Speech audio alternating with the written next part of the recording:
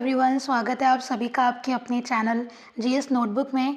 तो गाइस, आज का जो मॉडर्न हिस्ट्री के क्रम में हमारा जो टॉपिक रहेगा वो होगा बक्सर का युद्ध। ठीक है, बट ये टॉपिक स्टार्ट करने से पहले मैं आपसे ये कहना चाहती हूँ कि अगर आपने मेरे चैनल को अभी तक सब्सक्राइब नहीं किया तो पहले आप जाकर इसको सब्सक्राइब कर लीजिए और बेल आइकन को बिल्कुल ज़रूरी से प्रेस कर लीजिएगा, जिससे कि आगे आने वाली मेरी जितनी वीडियोज़ हैं उनका नोटिफिकेशन आपको आसानी से मिलता रहे। ठीक है, अब हम चलते हैं अपने टॉपिक की तरफ, जिसका नाम है बक्सर का युद्ध। ठीक है, बक्सर का युद्ध शुरू करने से पहले मैं आपको बता दूं, जो हमने कल का टॉपिक पढ़ा था वो था प्लासी का युद्ध। ठीक है, किस प्रकार 1757 में प्लासी का युद्ध होता है।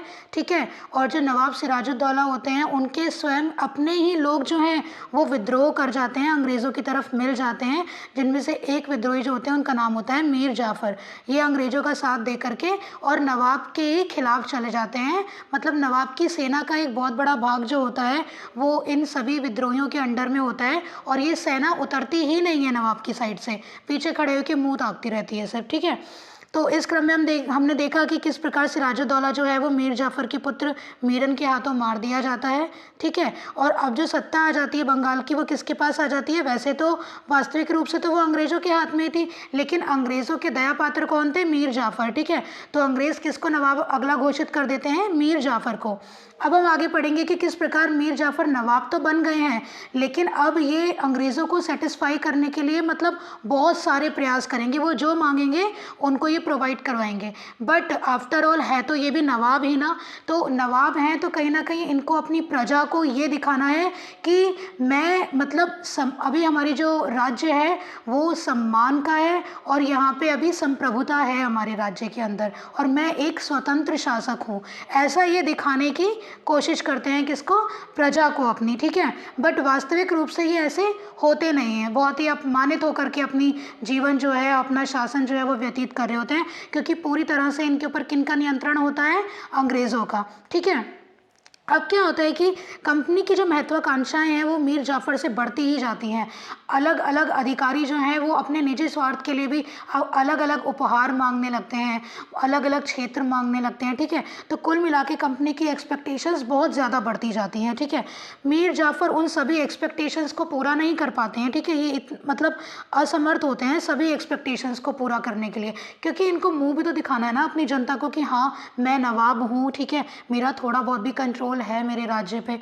ठीक, इस क्रम में आप देखेंगे कि बंगाल के जो खजाने होते हैं वो ऑलमोस्ट खाली ही हो चुके होते हैं। ठीक है, मीर जाफ़र क्या करते हैं कि ये डचों का साथ लेने की कोशिश करते हैं कि हमें अगर डचों का साथ मिल जाए तो थोड़ा बहुत जो नियंत्रण है मेरे ऊपर अंग्रेज़ों का, मैं उस नियंत्रण को थोड़ा कम कर पाऊँ। ठीक है, और थोड़ा सा मैं फ्रीली जी पाऊँ और फ्रीली शासन कर पाऊँ। ठीक है, तो ये डचों का साथ लेते हैं, बट अंग्रेज़ों को ये भनक पड़ जाती है कि जो मीर जाफ़र हैं ये डचों का साथ ले रहे हैं, और कहीं ना कहीं जो दूसरी यूरोपीय शक्ति थी डच, उनको ये इन्वॉल्व कर रहे हैं अब इस मैटर में। तो इस क्रम में आप देखेंगे कि इस प्रकार 1759 में बेदरा का युद्ध होता है, और बेदरा के युद्ध में जो अंग्रेज़ होते हैं वो डचों को पूरी तरह से हरा देते हैं। ठीक है, अब ये भी समाप्ति हो जाते हैं ऑलमोस्ट, और अंग्रेज़ों को जब ये भनक पड़ती है कि मीर जाफ़र उनके विरुद्ध जा रहे हैं, तो अब ये मीर जाफ़र को बिल्कुल ही बहुत ज़्यादा स्ट्रिक्टली बोलते हैं कि आप ये गद्दी खाली करो, गद्दी छोड़ो। ठीक है, तो अब ये इनके ऊपर नियंत्रण तो अंग्रेज़ों का ही होता है। तो ये अक्टूबर 1760 में इनके दामाद होते हैं मीर जाफ़र के, उनका नाम होता है मीर कासिम। मीर कासिम के हक में मीर जाफ़र अपनी गद्दी को छोड़ देते हैं। ठीक है, अब अगले नवाब बंगाल के कौन बनते हैं? मीर कासिम। ठीक, जो कि मीर जाफ़र के ही दामाद थे। मीर कासिम बनते हैं नवाब अगले बंगाल के 1760 में। तो ये अंग्रेज़ों को उपहार के रूप में क्या देते हैं? वर्धमान, जो कि बंगाल में ही था, वर्धमान, मिदनापुर और चटगांव, ये स्थान जो थे ये वो यहाँ की जमींदारी जो है वो अंग्रेज़ों को दे देते हैं। ठीक है, सिर्फ इतना ही नहीं, 29 लाख रुपए की, लगभग 29 लाख रुपए की कीमत के उपहार ये जो देते हैं अंग्रेज़ों को भेंट करते हैं। ठीक है, बट अब ये ज़िले जब अंग्रेज़ों को मिल जाते हैं, वर्धमान, मिदनापुर और चटगांव, तो यहाँ से मात्र इन 3 ज़िलों से, मतलब इन 3 क्षेत्रों से अंग्रेज़ों को इतना ज़्यादा राजस्व प्राप्त होने लग जाता है कि वो सोचते हैं कि जब ये 3 क्षेत्र हमें इतना राजस्व प्रोवाइड करवा रहे हैं, तो अगर हमें पूरे बंगाल की दीवानी अगर मिल जाए तो हमारे पास कितना ज़्यादा पैसा आ जाएगा और हम कितने शक्तिशाली बन जाएंगे। तो महत्वाकांक्षाएं जो हैं, एक्सपेक्टेशंस जो हैं वो बढ़ती ही जाती हैं कंपनी की, ठीक है। तो अब मीर कासिम नवाब बन चुके हैं, बट कंपनी की जो लूट खसौट है, जो कंपनी की बेईमानी है, और आपने देखा 1717 का जो फरमान था उसका जो दुरुपयोग है वो कंपनी जारी रखती है। अब तो और जारी रखेगी, क्योंकि जो शासन हैं, जो बंगाल के नवाब जो हैं, नवाब जो बन रहे हैं, वो कहीं ना कहीं कठपुतली मात्र ही हैं, क्योंकि वो अंग्रेज़ों की दया पर नवाब बन रहे हैं, ठीक है, स्वतंत्र रूप से नहीं बने हैं। बट मीर कासिम जो था ये एक शक्तिशाली और एक योग्य शासक था। इसको कहीं ना कहीं ये भनक थी कि अंग्रेज़ जो हैं वो ट्रस्टवर्दी नहीं है, विश्वास पात्र बिल्कुल भी नहीं है, और ये कभी भी किसी को भी गद्दी से उतार करके और किसी को भी बिठा सकते हैं, क्योंकि ये स्वार्थी हैं, सिर्फ अपना स्वार्थ देखते हैं, ठीक है। तो इनको यही डर था कि अंग्रेज़ मेरे साथ भी ऐसा ना करें। तो ये देख रहे थे कि किस तरह एक समृद्ध बंगाल को ये धीरे धीरे नष्ट करते जा रहे हैं। ये चाहते थे कि क्यों ना मैं मतलब कि अपने आप को अंग्रेज़ों के नियंत्रण से मुक्त करवाऊं, ठीक है, और किस प्रकार बंगाल का जो एक समृद्ध इतिहास रहा है, मैं बंगाल के इतिहास को एक नई दिशा दूं। तो इस दिशा में ये बहुत सारे प्रयास करते हैं, और कुछ आप देखेंगे कुछ स्ट्रिक्ट डिसीजन भी ये लेंगे अंग्रेज़ों के विरुद्ध जाकर, ठीक है। हालांकि ये भी अंग्रेज़ों की दया पर ही नवाब बने होते हैं, बट फिर भी ये अंग्रेज़ों के विरुद्ध काफ़ी सारे स्ट्रिक्ट डिसीजन लेते हैं। अब वो डिसीजन क्या थे हम देखते हैं। इनकी जो पहले राजधानी थी, बंगाल की पहली जो राजधानी हुआ करती थी वो मुर्शिदाबाद थी, और ये मुर्शिदाबाद राजधानी मुर्शीद कुली खां के टाइम से थी, ठीक है, उन्हीं के नाम पर ये मुर्शिदाबाद बनता है। तो ये मुर्शिदाबाद जो था ये कलकत्ता के बहुत पास था, और कलकत्ता में किसकी सत्ता चल रही थी? अंग्रेज़ों की, ठीक है। अब अंग्रेज़ों की कलकत्ता में सत्ता है, और मुर्शिदाबाद जो राजधानी है बंगाल की वो कलकत्ता के निकट ही है। तो यहाँ पे अब जो भी चेंजेस नवाब अगर करेंगे तो वो अंग्रेज़ों को जल्दी से उस चीज़ का पता लग जाएगा, ठीक है, और वो नवाब के विरुद्ध चले जाएंगे। तो सबसे पहला काम मीर कासिम क्या करते हैं कि राजधानी को ही ट्रांसफ़र कर देते हैं, कहाँ? मुर्शिदाबाद से मुंगेर, और ये मुंगेर कहाँ था? बिहार में था। सबसे पहले ये अपनी राजधानी ट्रांसफ़र करते हैं, और राजधानी ट्रांसफ़र करने के बाद जो ये अपनी सेना है उस सेना को मॉडरेट करते हैं बहुत ज़्यादा, ठीक है। यूरोपीय तर्ज पर ये आधुनिक और अनुशासित सेना को खड़ा करते हैं, ठीक है। बट आगे चलकर देखेंगे कि 1717 का जो फरमान है, जो फर्रुखशियर द्वारा अंग्रेज़ों को दिया गया था, अंग्रेज़ अब उसका दुरुपयोग कुछ ज़्यादा ही लेवल तक बढ़ा देते हैं। किस प्रकार बढ़ा देते हैं कि जो भारतीय बड़े व्यापारी होते हैं, जो भारतीय बहुत बड़े बड़े सेठ और बहुत बड़े बड़े व्यापारी होते हैं, जो कि अंग्रेज़ों के मित्र होते हैं, अंग्रेज़ अपना जो उनको फरमान दिया गया था फर्रुखशियर द्वारा दस्तक, अब उस दस्तक को ये बेचना शुरू कर देते हैं, ठीक है। अब ये बड़े बड़े भारतीय व्यापारियों को दस्तक बेचना शुरू कर देंगे पास के रूप में, ठीक है। इससे क्या होगा कि जो गरीब भारतीय व्यापारी हैं उनको नुकसान होगा, क्योंकि वो ये जो बेईमानी का जो कंपटीशन, जो प्रतियोगिता चल रही है, तो गरीब व्यापारी उसमें कॉम्पिटिट नहीं कर पाएंगे, ठीक है, अपने प्रतियोगियों को।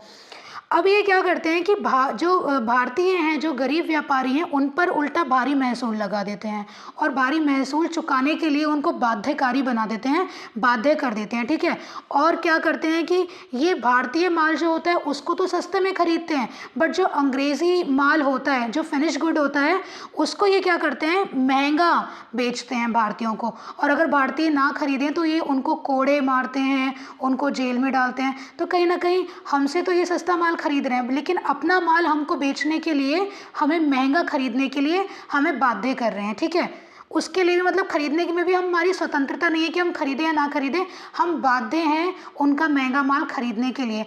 नहीं तो ये क्या करते थे? कोड़ों की सज़ा देते थे और जेल में डाल दिया करते थे, ठीक है। तो इससे भारतीय व्यापारियों को जो था वो बहुत ज़्यादा नुकसान हो रहा था, क्योंकि वो लोग इस प्रतियोगिता में कहीं कॉम्पिटिट ही नहीं कर पा रहे थे। एक तो उनको इतना ज़्यादा शुल्क देना पड़ रहा था, ठीक है। अंग्रेज़ जो हैं उनका शुल्क से वो एकदम मुक्त थे, प्लस जो भारतीय बड़े व्यापारी हैं उनको भी ये अपना दस्तक बेच दिया कर रहे थे। तो जो गरीब व्यापारी जो हैं वो कहाँ जाएंगे, ठीक है। तो इसका परिणाम क्या होता है कि जो बंगाल का राजस्व होता है वो बहुत ही कम आने लगता है, राजस्व के जो स्रोत होते हैं वो बहुत कम हो जाते हैं, ठीक है। अब अंग्रेज़ों द्वारा जो इतनी प्रताड़ना दी जाती है बंगाल की जनता को, तो इसके परिप्रेक्ष्य में पर्सिवल स्पीयर हैं, ये ब्रिटिश इतिहासकार ही हैं, ये बोलते हैं इस काल को खुली और निर्लज्जतापूर्ण लूटपाट का युग। ठीक है। अब हम देखेंगे कि जो मीर कासिम हैं वो दुखी तो हो रहे थे कि कैसे मेरी जनता को ये लूट रहे हैं और कैसे ये मेरे होते हुए मतलब कि फरमान का दुरुपयोग कर रहे हैं और किस प्रकार मतलब कि बंगाल को एकदम इन्होंने नष्ट कर दिया है। लेकिन कुछ भी हो, जो मीर कासिम थे वो जो ये फरमान था दस्तक, इसकी जो शक्ति थी अंग्रेज़ों के पास उसको तो नहीं छीन सकते थे, लेकिन हाँ ये कोई ना कोई और एक ऐसा रास्ता निकाल सकते थे जिससे कि अंग्रेज़ों के पास जो ये शक्ति है वो प्रभावहीन हो जाए। ठीक है, क्योंकि क्या होता है कि जब सामने वाला जो हमारा विरोधी है, सामने वाला अगर शक्तिशाली है तो हम उसको शक्ति विहीन नहीं कर सकते, बल्कि हम स्वयं को शक्तिशाली बना करके और उसको स्ट्रॉन्ग कंपटीशन दे सकते हैं। ठीक है, उसके स्ट्रॉन्ग कॉम्पिटिटर बन सकते हैं। हमें अपने अंदर ही कहीं ना कहीं इम्प्रूव करना पड़ेगा खुद को ही। ठीक है, तो यही करते हैं मीर कासिम के अंग्रेज़ों के फरमान तो ये वापस नहीं ले सकते हैं, लेकिन फरमान को प्रभावहीन ये कैसे कर दें वो ये रणनीति एक बनाते हैं। और क्या करते हैं कि जो इनकी जनता है अपनी इनकी प्रजा, बंगाल की प्रजा जो कि गरीब है, ये अपनी प्रजा को वो सभी छूटे, वो सभी शुल्कों से मुक्त कर देते हैं जो अंग्रेज़ों को शक्ति थी, जो उन्होंने बलपूर्वक प्राप्त की थी। ठीक है, जो शक्ति अंग्रेज़ों को प्राप्त थी वो शक्ति वो अपनी जनता को बांट देते हैं। ठीक है, मीर कासिम।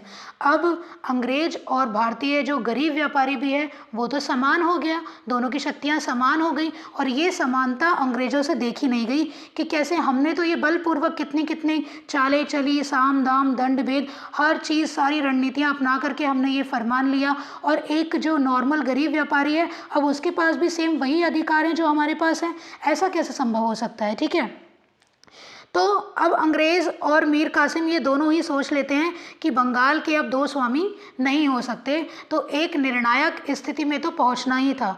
तो इस क्रम में क्या होता है कि मीर कासिम और अंग्रेज़ों के बीच में कुछ युद्ध होते हैं जिनको पढ़ना आपके लिए आवश्यक हो जाता है, क्योंकि पीसीएस में डायरेक्ट इसका ईयर पूछा जाता है। ठीक है, मैचिंग में भी ये क्वेश्चन आ जाता है, तो आप इसका ईयर ध्यान रखिएगा। ठीक है, 1763 इसमें मीर कासिम और अंग्रेज़ों के बीच में युद्ध होता है, कटवा का युद्ध। ठीक है, 1763 में दूसरा युद्ध होता है गिरिया का युद्ध। ठीक, 1764 में होता है उदयनाला का युद्ध, और इन तीनों ही युद्धों में मीर कासिम की हार होती है। ठीक है, मीर कासिम की हार हो जाती है और अंग्रेज़ों की विजय होती है। 1763 में अंग्रेज क्या करते हैं, मीर कासिम को हटा देते हैं और मीर जाफ़र को दोबारा नियुक्त कर देते हैं। ठीक है, 1763 में मीर कासिम अब भागकर कहाँ चले जाते हैं, तो ये भागकर चले जाते हैं अवध। अवध जो था वो अवध प्रांत बंगाल से ही लगा हुआ था, और अवध के नवाब कौन थे, शुजाउद्दौला। ठीक है, और जब ये पूरी प्रक्रिया चल रही होती है उस समय जो दिल्ली में बैठे होते हैं मुग़ल सम्राट, वो कौन होते हैं, शाह आलम द्वितीय। ठीक है, अब मीर कासिम भागकर अवध जाते हैं और अवध के नवाब शुजाउद्दौला से मदद मांगते हैं। ठीक है, और जो मुग़ल सम्राट होते हैं शाह आलम द्वितीय, उनसे भी मदद मांगते हैं। इन दोनों से वो एक समझौता करते हैं कि हम तीनों मिलकर त्रिगुट बना करके और अंग्रेज़ों के विरुद्ध लड़ेंगे, और अंग्रेज़ों को मतलब खदेड़ देने का एक प्रयास करते हैं ये लोग। अब आपके दिमाग में क्वेश्चन आ रहा होगा कि शुजाउद्दौला इनकी मदद करते क्यों हैं मीर कासिम की आखिर, तो वो मीर कासिम की मदद इसलिए करते हैं क्योंकि कहीं ना कहीं उनको भी ये लगता है कि जिस तरह बंगाल को अंग्रेज़ लूट रहे हैं और बंगाल में ये सारा अधिकार प्राप्त करने के बाद अगला जो नंबर आएगा, अगला टारगेट जो होगा वो अवध होगा, तो ये लोग हमारे साथ भी ये व्यवहार ना करें। ठीक है, मेरी भी सत्ता ना चली जाए, तो अपना अस्तित्व बचाने के लिए मीर कासिम का साथ देते हैं। और कहीं ना कहीं ये डर शाह आलम द्वितीय को भी था। ठीक है, बेशक वो मुग़ल सम्राट थे लेकिन उनकी इतनी ज़्यादा कोई शक्ति नहीं थी, और मतलब बहुत ही सीमित क्षेत्र था उनका।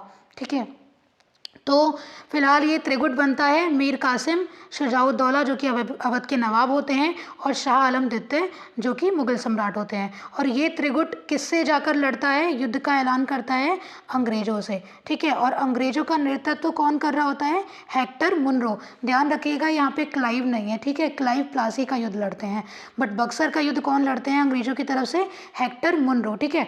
तो ये डेट याद रखिएगा 22 अक्टूबर 1764 में बक्सर के क्षेत्र में, बक्सर क्षेत्र कहाँ है, बिहार में, ठीक है। तो बक्सर के क्षेत्र में बक्सर का युद्ध होता है, किसके बीच में, तो ये त्रिगुट के बीच में, और दूसरी तरफ कौन थे, अंग्रेज सेना से हेक्टर मुनरो की सेना, ठीक है। अब अंग्रेज क्या करते हैं कि इसमें भी अवध के कुछ लोग होते हैं जैसे असद खां होते हैं, ये उनको अपनी तरफ कर लेते हैं, ठीक है, अंग्रेज़ लोग, ठीक है। और ये युद्ध जो होता है ये मात्र 3 घंटे में समाप्त हो जाता है, और युद्ध का जो रिज़ल्ट होता है वो क्या निकलता है कि ऑब्वियस सी बात है अंग्रेज़ों की जीत होती है और वो त्रिगुट की हार होती है। बट इस समय त्रिगुट की हार होने का मतलब एक बहुत बड़ी चीज़ है, क्यों, क्योंकि यहाँ पे स्वयं भारतीय सत्ता के जो शासक हैं, मुग़ल सम्राट शाह आलम द्वितीय, वो स्वयं लड़ रहे हैं, ठीक है। अवध जैसे प्रांत के जो नवाब हैं शुजाउद्दौला, वो खुद लड़ रहे हैं, ठीक है। तो इतने पावरफुल सत्ता जब लड़ रही है और एक तरफ अंग्रेज हैं और अंग्रेज यहाँ विजयी हो जाते हैं, तो ये अंग्रेज़ों के लिए बहुत बड़ी बात होती है। और कहीं ना कहीं जो ये युद्ध होगा, बक्सर का युद्ध, यही वास्तविक सत्ता दिलाएगा अंग्रेज़ों को, ठीक है। युद्ध हो जाता है। इसके बाद मीर कासिम जो होंगे, मीर कासिम भाग जाते हैं और शाह आलम द्वितीय और शुजाउद्दौला ये अंग्रेज़ों के सामने घुटने टेक देते हैं। और घुटने किस रूप में टेकते हैं आप आगे देखेंगे, इलाहाबाद की संधि होगी 1765 में और इन दोनों से ही होगी, ठीक है, शुजाउद्दौला से और शाह आलम द्वितीय से। अब आप यहाँ पर देखने वाली बात यह है कि जो बक्सर का युद्ध हुआ था, युद्ध तो लड़ा हेक्टर मुनरो ने, लेकिन जब संधि होगी 1765 में इलाहाबाद की, तो वो कौन करेगा, तो संधि के लिए बुलाया जाता है ब्रिटेन से रॉबर्ट क्लाइव को। क्योंकि क्लाइव, अभी आपने 1757 में देखा था कि क्लाइव किस प्रकार मद्रास में और किस प्रकार प्लासी में अपनी बुद्धिमत्ता का परिचय देते हैं, ठीक है, अपनी कुशलता का परिचय देते हैं। तो इनका डिसीजन मेकिंग पावर बहुत ज़्यादा स्ट्रॉन्ग था, जिसको ब्रिटेन वालों ने अप्रिशिएट किया। तो ये संधि के लिए रॉबर्ट क्लाइव जो हैं ये बंगाल के गवर्नर बनकर आते हैं 1765 में, और डिसीजन मेकिंग पावर इनकी स्ट्रॉन्ग है। तो संधि भी कौन करते हैं, क्लाइव। और किस तरह से ये संधि करेंगे, और देखिए किस तरह से, मतलब पूरा जो आप देखेंगे कि जो हमारे डिसीजंस होते हैं ना, हमारे डिसीज़न बताते हैं कि हमारा भविष्य आगे क्या होने वाला है, ठीक है। इतिहास को बिगाड़ने और संवारने इसका काम जो शासक थे उस समय के, उन लोगों की तत्काल निर्णय ने ही लिया, ठीक है, जो भी हमारे इतिहास का परिणाम निकला, ठीक है। आगे हम देखते हैं इलाहाबाद की प्रथम संधि। इलाहाबाद की प्रथम संधि किस किस के बीच में होगी, तो रॉबर्ट क्लाइव और शाह आलम द्वितीय के बीच में होगी। ये डेट ज़रूर याद रखिएगा। इलाहाबाद की प्रथम संधि होती है 12 अगस्त 1765 में, ठीक है। और किसके बीच होती है, तो क्लाइव और शाह आलम द्वितीय के बीच, ठीक है। अब शाह आलम द्वितीय से ये क्या लेते हैं क्लाइव, अभी मैंने आपको पहले बताया था कि मीर कासिम जब नवाब बनते हैं तो इनको वर्धमान, मिदनापुर और चटगांव की जमींदारी दे देते हैं। वहाँ से इनको राजस्व इतना प्राप्त हो रहा होता है कि इनकी महत्वाकांक्षाएं बढ़ जाती हैं कि क्यों ना हमारा दीवानी का जो अधिकार है वो संपूर्ण बंगाल पे हो जाए, ठीक है। अगर हमारा संपूर्ण बंगाल का राजस्व हमारे पास आने लग जाएगा तो हम कितने समृद्धवान हो जाएंगे। तो इसी क्रम में क्लाइव रणनीति अपनी चलते हैं और शाह आलम द्वितीय, और ये दीवानी देने का अधिकार किसको होता है, ये दीवानी देने का अधिकार जो मुग़ल सम्राट हैं, जो केंद्र में जिनकी सत्ता है, इन्हीं को था। और अभी ये किसके घुटने तले बैठे हुए हैं, मतलब किसके दया के पात्र बने हुए हैं, तो अंग्रेज़ों के दया के पात्र बने हैं। तो अभी इनके पास अपॉर्चुनिटी है अंग्रेज़ों की, जो मांगना चाहें मांग सकते हैं। तो क्लाइव क्या मांगते हैं, बिहार, बंगाल, बिहार और उड़ीसा की दीवानी, ठीक है। ये इन तीनों क्षेत्रों की दीवानी शाह आलम द्वितीय से प्राप्त कर लेते हैं, ठीक है। अब ये लीगली प्राप्त करते हैं, हालांकि ये बक्सर का युद्ध जीत चुके हैं, शाह आलम द्वितीय को हरा चुके हैं, शुजाउद्दौला को हरा चुके हैं। अगर अंग्रेज़ चाहें तो ये बलपूर्वक भी शासक बन सकते हैं, शासन कर सकते हैं, निजामत और दीवानी दोनों का अधिकार ये प्राप्त कर सकते हैं, बट फिर भी ये ऐसा नहीं करते। ये लीगल रूप से ये अधिकार प्राप्त करते हैं। अब इसके पीछे क्या कारण हो सकता है? तो इसके पीछे इनका कारण ये था कि हम वैध रूप से दीवानी प्राप्त करें और हस्ताक्षर करवाएं मुगल सम्राट से, जिससे कि आगे भविष्य में कभी भी अगर जनता में विद्रोह आ जाता है, जनता हमारे विरुद्ध विद्रोह कर देती है, तो हमारे पास एक कुछ हो दिखाने के लिए कि देखिए जो मुगल सम्राट हैं उन्होंने हमें लिखित रूप में ये मतलब वैध हम लोगों को ये आज्ञा दी थी और हमारे पास इसका वैध प्रमाण है। ठीक है, तो इसीलिए ये लोग लीगली रूप से ऑथोराइज्ड हो जाते हैं। कहाँ के लिए? बंगाल, बिहार और उड़ीसा की दीवानी के लिए। अब शाह आलम द्वितीय ये दीवानी देने के लिए इतना जल्दी तैयार नहीं हो रहे थे, बट बदले में ये क्या देते हैं? शाह आलम द्वितीय को बोलते हैं कि हम आपको इलाहाबाद और कड़ा का क्षेत्र अवध से छीन करके आपको दे देंगे। ठीक है, तो ये शाह आलम द्वितीय को इलाहाबाद और कड़ा का क्षेत्र देते हैं अंग्रेज़, प्लस 26 लाख रुपए ये देते हैं शाह आलम द्वितीय को। और अब कहीं ना कहीं शाह आलम द्वितीय मतलब जो मुगल सम्राट हैं उनको ये पेंशन भोगी बना देते हैं। ठीक है, अब इनके बाद जो भी सम्राट बनेंगे वो कहीं ना कहीं अंग्रेज़ों की पेंशन पर ही अपना जीवन बसर कर रहे होते हैं। ठीक है, अब इतना ही नहीं, अब इलाहाबाद की द्वितीय संधि होती है शुजाउद्दौला अवध के नवाब के साथ। ठीक है, अवध के नवाब की बारी आती है 16 अगस्त 1765 में, ये डेट आप याद रखिएगा। ठीक है, इससे अब शुजाउद्दौला से ये इलाहाबाद और कड़ा का क्षेत्र लेते हैं, क्योंकि अगर इनसे लेंगे तभी तो वो मुगल सम्राट को ये क्षेत्र देंगे। ठीक है, तो शुजाउद्दौला से इलाहाबाद और कड़ा का क्षेत्र लेते हैं। 50 लाख रुपए युद्ध के हर्जाने के रूप में ये अवध के नवाब से प्राप्त करते हैं अंग्रेज़। प्लस उस समय अवध में ये था एक क्षेत्र चुनार का किला, ये सैन्य रूप से बहुत ज़्यादा एक सटीक क्षेत्र था, तो एक ये क्षेत्र लेते हैं। ठीक है, इस तरह से आप देखेंगे कि बक्सर का युद्ध जो होता है वहीं से जो अंग्रेज होते हैं इनको वास्तविक सत्ता मिल जाती है। हालांकि सत्ता तो इनको प्लासी के युद्ध में ही मिल गई थी, लेकिन प्लासी के युद्ध के बाद इनके ऊपर एक प्रश्न चिन्ह खड़ा होने लगा था कि भाई आपने तो छल कपट करके ये युद्ध जीता है, अगर आप छल कपट ना करते और जो सिराजुद्दौला हैं उनके अपनों के साथ आप कोई संधि ना करते और उनके अपने उनको धोखा ना देते, तो आप उनकी सेना से लड़ नहीं पाते, आपके अंदर इतनी कुशलता नहीं है। ठीक है, तो बक्सर के युद्ध में ये क्या करते हैं कि अपनी सैन्य कुशलता दिखाते हैं, अपनी बुद्धिमत्ता का परिचय देते हैं और अपने युद्ध कौशल का प्रदर्शन करते हुए इन्होंने बक्सर का युद्ध जीता होता है, क्योंकि बहुत बड़ी शक्ति से ये लड़ रहे होते हैं। ठीक है, मुगल सम्राट, अवध के नवाब, मीर कासिम, इन तीनों की संयुक्त सेना से लड़ रहे होते हैं सिर्फ अंग्रेज़ अकेले। ठीक है, तो कहीं ना कहीं ये अपने युद्ध कौशल का प्रदर्शन करते हैं और यहीं से इनकी वास्तविक सत्ता शुरू होती है। ठीक है, अब आप देखेंगे कि 1763 में जब मीर कासिम की जगह मीर जाफ़र पुनः नियुक्त होते हैं, बट 1765 में मीर जाफ़र की भी मृत्यु हो जाती है। मीर जाफ़र की मृत्यु के बाद मीर जाफ़र के पुत्र रहते हैं निजामुद्दौला, ये निजामुद्दौला गद्दी पर बैठते हैं। ठीक है, अब ये भी पूरी तरह से ही अंग्रेज़ों के कंट्रोल में ही हैं। ठीक है, बस कहने के लिए नवाब हैं, केवल उत्तरदायित्व इनका है, लेकिन अधिकार किसके पास है? अधिकार अंग्रेजों के पास है। रिस्पॉन्सिबिलिटी किसकी है? रिस्पॉन्सिबिलिटी नवाब की है, अपनी प्रजा के प्रति उत्तरदायित्व किसका है? नवाब का है, लेकिन प्रजा को बिल्कुल लूटने का अधिकार किसका है? वो अंग्रेजों का है। ठीक है, तो अब गद्दी पर बैठ जाएंगे मीर जाफ़र के पुत्र निजामुद्दौला, और निजामुद्दौला से 20 फरवरी 1765 को अंग्रेज एक संधि करते हैं। और इस संधि में क्या क्या पॉइंट्स थे कि नवाब अपनी अधिकांश सेना को भंग कर देगा। ठीक है, नवाब अपने पास बहुत ज़्यादा सेना नहीं रखेंगे। और अब जो बंगाल का शासन है वो शासन कौन संभालेगा? बंगाल का प्रशासन तो नायब सूबेदार संभालेगा। और ये नायब सूबेदार कौन होगा? नायब सूबेदार की नियुक्ति जो है वो कंपनी करेगी, और कंपनी की बिना आज्ञा लिए इस नायब सूबेदार को कोई हटा नहीं सकता। ठीक है, मतलब कि कहीं ना कहीं इनडायरेक्टली प्रशासन जो है, मतलब निजामत का अधिकार भी किसके पास आ जाता है? अंग्रेज कंपनी के पास। तो इसी को ही हम द्वैत शासन बोलते हैं, जहाँ पे इलाहाबाद की संधि में इनको बंगाल, बिहार, उड़ीसा, इन तीनों क्षेत्रों की, इन तीनों प्रांतों की दीवानी तो मिल ही गई थी, और अब निजामत का अधिकार भी, प्रशासन का भी अधिकार इनको मिल जाता है, और इसी को बंगाल में द्वैत शासन कहते हैं, जो कि 1765 से शुरू होता है। ठीक है, अब बंगाल का जो अंतिम मतलब अंतिम जो नवाब रहता है वो होते हैं, आप इनका बस नाम याद रखिएगा, बहुत ज़्यादा महत्वपूर्ण नहीं है, सिर्फ नाम याद रखिएगा कि बंगाल का अंतिम नवाब कौन होगा, मुबारक-उद-दौला, ठीक है। और 1775 तक आते आते अब नवाब का जो ये पद है ये नवाब ही समाप्त हो जाएंगे, और 1775 के बाद आप देखेंगे कि जो बंगाल है वहाँ पे कंपनी का ही शासन होगा, ठीक है। अब कंपनी का ही शासन आगे होगा।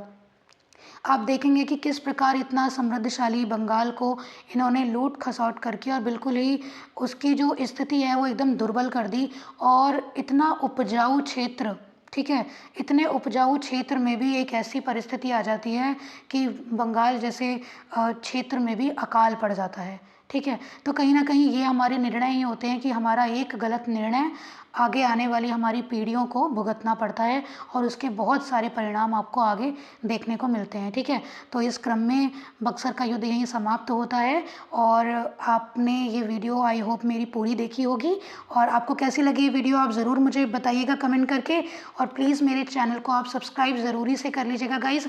और इन सभी वीडियोज़ के नोट्स प्राप्त करने के लिए आप मेरे टेलीग्राम चैनल से तुरंत जुड़ जाइए, उसका लिंक मैंने डिस्क्रिप्शन में दे दिया है, हालांकि मैं कमेंट बॉक्स में भी पिन कर दूंगी, ठीक है, उसका टेलीग्राम का लिंक। तो thank you for watching my channel, thanks for watching my video, thank you so much guys.